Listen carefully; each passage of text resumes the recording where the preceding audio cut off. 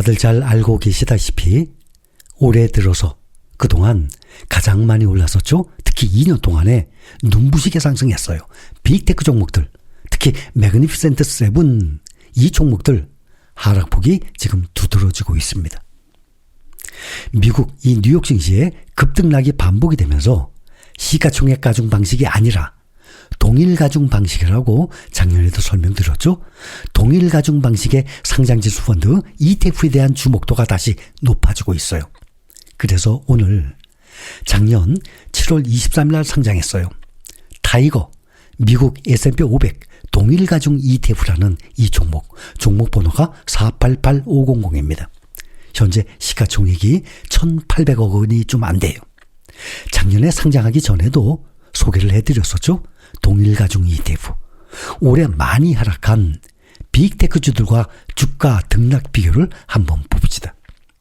올해 들어서 같은 타이거예요. 미국 S&P 500 시가총액 기준으로 구성되어 있죠. 5.99, 6% 하락했어요. 그런데 타이거 미국 S&P 500 동일 가중 ETF는 2.64% 하락했습니다. 빅테크주들의 투자를 하는 타이거 미국 테크 탑10 16.91% 가장 많이 크게 떨어졌어요. 이렇게 상승장에서는 빅테크주들의 수익률이 높았지만 올해 들어서 주가가 하락을 할 때는 오히려 동일 가중 ETF의 하락폭이 가장 작은 것을 알 수가 있습니다. 이렇게 시가총액 가중 방식보다 하락폭이 덜하다는 것 알 수 있죠. S&P 500 동일 가중 지수를 추종하는 이 동일 가중 ETF가 시가총액 비중으로 구성된 ETF보다 더 방어력이 우수한 것으로 나타났습니다. 또 평상시에도 보면 장기적으로 5년, 10년을 보면 S&P 500보다 나스닥이 더 수익률이 높죠. 그런데 이렇게 하락을 할 때 보면 S&P 500이 나스닥보다 더 방어력이 높습니다. 올해 들어서 인베스코 S&P 500 동일 가중 ETF 있어요. 달러로 투자하는 RSP 2% 가까이 하락으로 방어했어요. 그런데 반면에 시총 가중 방식이죠. SPY 하락률이 5.2%, 2배 이상 하락률이 5.2%에 달했어요. 동일 가중 ETF는 지수를 구성하는 종목의 비중을 일정 주기마다 동일한 비중으로 계속 조정을 하는 방식이에요. 반면에 시가총액 가중 방식은 시가총액이 큰 기업일수록 ETF에서 차지하는 비중이 그만큼 더욱 커지게 되죠. 2022년도 약세장 이후에 23년도, 24년도와 같은 이 강세장이 이어지는 경우 동일 가중 방식은 수익률 상승세가 시총 가중 방식에 비해서 약화됩니다. 그런데 요즘과 같은 이 약세장이 오면 불안정성이 커질 때는 주가 하락 방어력이 더 좋습니다. 그래서 지금 비교를 하는 거예요. 전통적인 S&P 500 지수 ETF는 시가총액을 비중으로 해서 500개 기업에 투자하는 거예요. 동일가중 ETF는 각 기업에 500개를 똑같이 분배를 하게 되면 0.2%씩이죠. 50개 기업이라면 2%인데 500개니까 0.2% 비중으로 동일하게 투자한다는 점이 가장 큰 특징이에요. 작년에 상장하기 전에 이미 설명을 다 드렸지만 요즘에 주가가 이렇게 하락할 때 다시 한번 말씀을 드리는 거예요. 동일가중 지수는 시가총액 가중 지수에 비해서 특정 종목과 이 섹터 쏠림 이런 것이 덜하죠.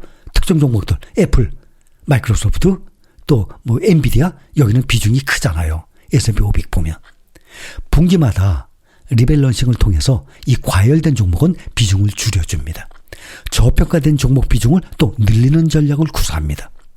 이런 과정을 거치면서 주가가 오른 종목은 비싸게 팔고 반대로 빠진 종목은 저렴하게 사는 리밸런싱 효과를 기대할 수 있어서 중장기적으로 보면 우수한 성과 기록을 하고 있습니다. 그래서 요즘과 같은 하락 구간에서 등락이 심한 빅테크주들 말고 동일가중 ETF를 눈여겨볼 수도 있는 거예요. 바로 주식의 단점이 무엇입니까? 변동성. 주식의 단점인 이 변동성을 줄일 수 있기 때문입니다. 그런데 요즘에 이 변동성 때문에 불안하지만 그래도 안전하게 대표지수 투자를 하고 싶어요. 그렇다면 가장 먼저 알아볼 ETF가 미국 S&P 500, 이 타이거 미국 S&P 500 동일가중 ETF예요. 이 동일가중이라는 것은 미국의 뉴욕 거래소에 상장된 시가총액 상위 500개 종목을 동일한 비중에 투자하는 것을 의미합니다. 0.2%씩 구성을 해서 완전 분산 투자예요.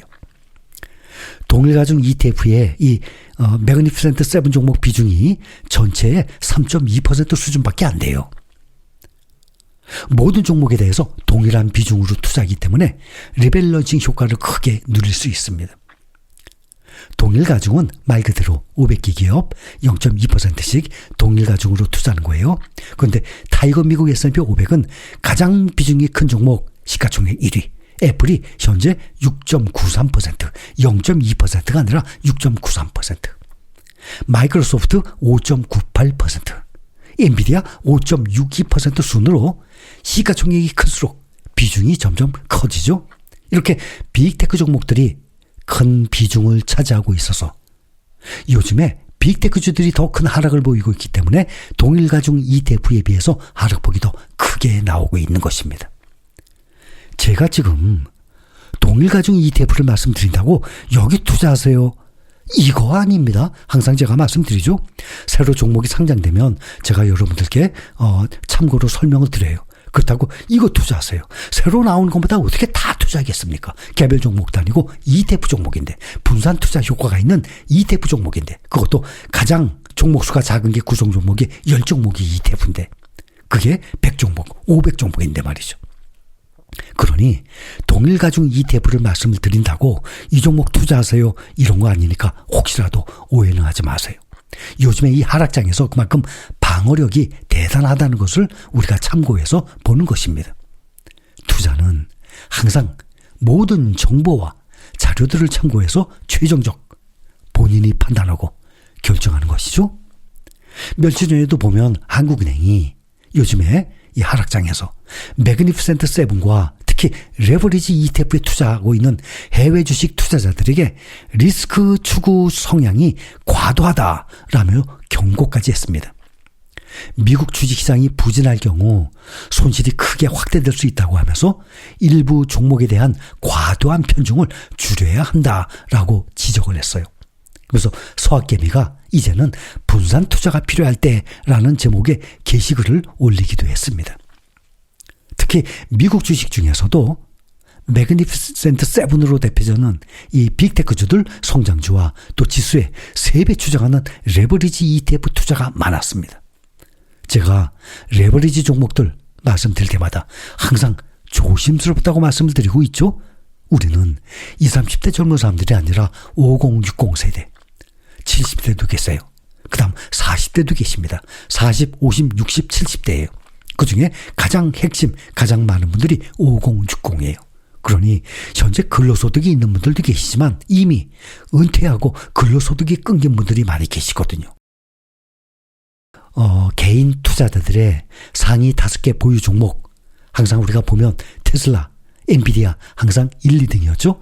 테슬라가 147억 달러, 엔비디아 105억 달러, 그리고 3등은 뚝 떨어져서 애플이 40억 달러, 그리고 팔란티어, 마이크로소프트, 이 기술주들이에요. 그 다음에 6위가 나스닥 100 지수로 3배 추정하는 레버리지 TQQQ입니다. 특히 TQQQ, 이것은 전체 시가총액이 현재 200억 달러가 넘어요. 그런데 한국의 개인 투자자들의 지분이 12%예요. TQQ, 우리나라만 투자합니까? 전 세계인들이 투자해요. 그런데 우리나라 투자자들이 투자하고 있는 TQQQ의 전체 이 시가총액 대비 지분율이 12%예요. 또 반도체에 투자하는 XOXL은 지분율이 더 높아요. 또 테슬라 주가의 2배 추정하는 TSLL, TSLL의 한국 투자자 지분은 지금 약 13억 달러로 전체의 반 가까이 40%였어요. 그러니 아무래도 주가가 오를 때는 정말 좋죠. 그러나 요즘까지 하락할 때는 2배, 3배 떨어지기 때문에 여러분들 중에서도 지금 레버리지에 투자하시는 분들이 일부 계세요. 항상 말씀드리잖아요. 이 등락의 폭을, 이 하락을, 공포를 이겨낼 수 있는 분들, 또 금액, 투자 금액도 여러분들이 감당할 수 있는 금액만 투자하시라 하고 제가 항상 평상시에 말씀을 드리고 있는 것입니다.